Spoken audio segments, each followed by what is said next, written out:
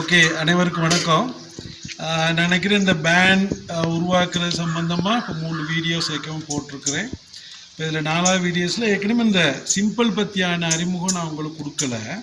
இப்போ பாருங்கள், இந்த சிம்பிள் பயன்படுத்துறது ரொம்ப முக்கியம். இது சரியாக பயன்படுத்தலைன்னு சொன்னால் இந்த ஓரமெல்லாம் வெடிக்கும். இப்போ இந்த சிம்பிள் போய் சரியான குவாலிட்டியானது இன்றைக்கி பார்த்தீங்கன்னா கிட்டத்தட்ட ஒரு 80,000 லட்சத்துக்கு மேலே வரும்.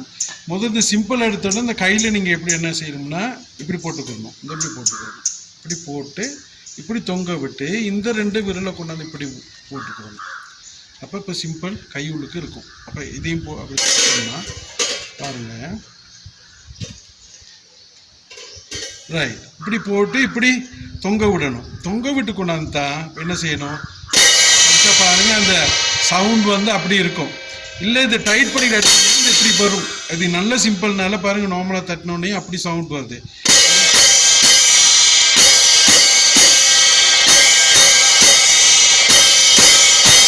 இந்த மாதிரி சவுண்ட் வரும். சரித்தானே? நீங்கள் இப்போ வாய்ச்சிட்டு இந்த இப்படியே அதிர்வு போகும்போது லேசாக கொண்டு வந்து இப்படி தட்டினீங்கன்னு சொன்னால் நின்றும். உடம்புல டச் பண்ணிங்கன்னு சொன்னால் நிற்கும். ரைட். எனவே இந்த சிம்பிளை பயன்படுத்துகிற முறை இது தான். Okay, right. நாங்கள் அப்போ அடுத்த வீடியோவுக்கு போவோம்.